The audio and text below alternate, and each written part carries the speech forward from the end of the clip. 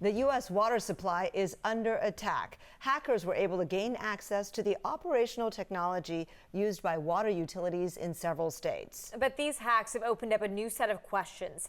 How did this happen? How concerned should we be? Joining us to answer these questions is Herb Lin from the Center for International Security and Cooperation at Stanford. Herb, thank you so much for being with us. Great to be here. Thank you. I appreciate it. I do want to start a bit broad. We know that at least a dozen states are reporting these hacks happening at their water facilities. I mean, what exactly happened here?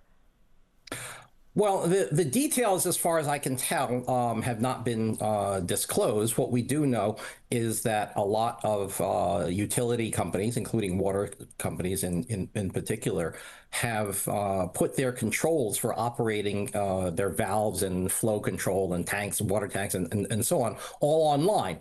The reason for doing that is that it makes it much more efficient. You spend less on personnel and so on, and you get better control of it. But of course, if you put them onto the internet, they can be accessed by people who want to do bad things. And apparently that is what happened. So let's talk about what are the potential bad things, right? When you can get in there and potentially alter the pressure system. What could that lead to? What is the worry here?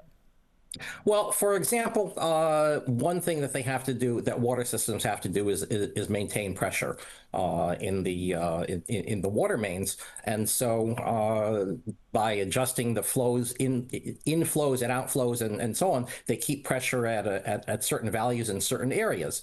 And for example, they could change the valve settings and so on to allow less water to go into a certain area and thereby lower the water pressure. Another thing they do is they control disinfectants that we put into the water to get rid of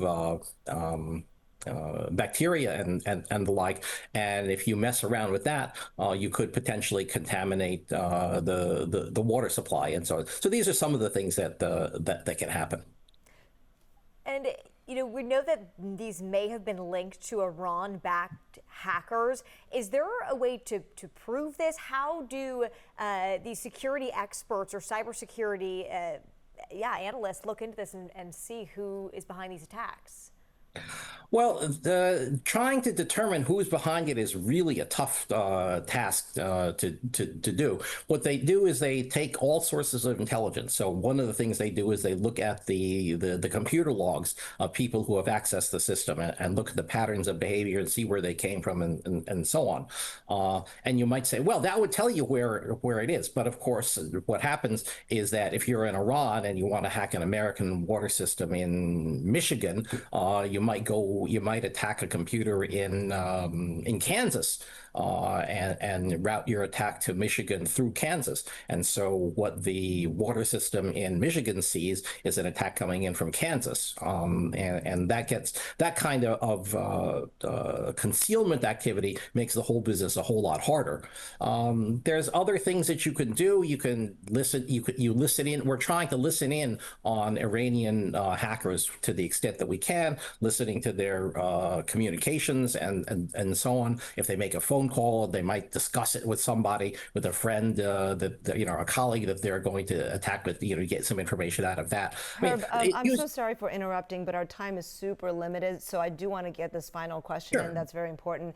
At this point, we don't know who was ultimately behind it. No evidence yet that has come to light anyway. But I do want to ask you, in the meantime, what can we do to protect ourselves better? What can the government do? What can utilities do? And what can we as consumers do in terms of just as water users?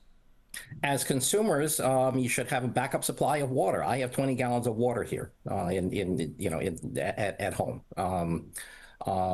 What can utilities do? The most important thing utilities can do is they can prepare all of their personnel to go back to manual operations. It'll be more inconvenient to have people on call.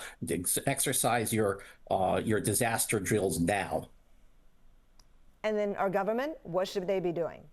The government is doing, as far as I can tell, whatever the government can do about it. They provide warning, and it is a difficult policy question as to how much you want to go after these people. And I'm sure the government wants to be able to do that. How it does it is an open question at this point. All right. Sounds like we don't have 30 minutes for the podcast to No, discuss I that know. portion. But Herb Lynn, thank you very much for joining us.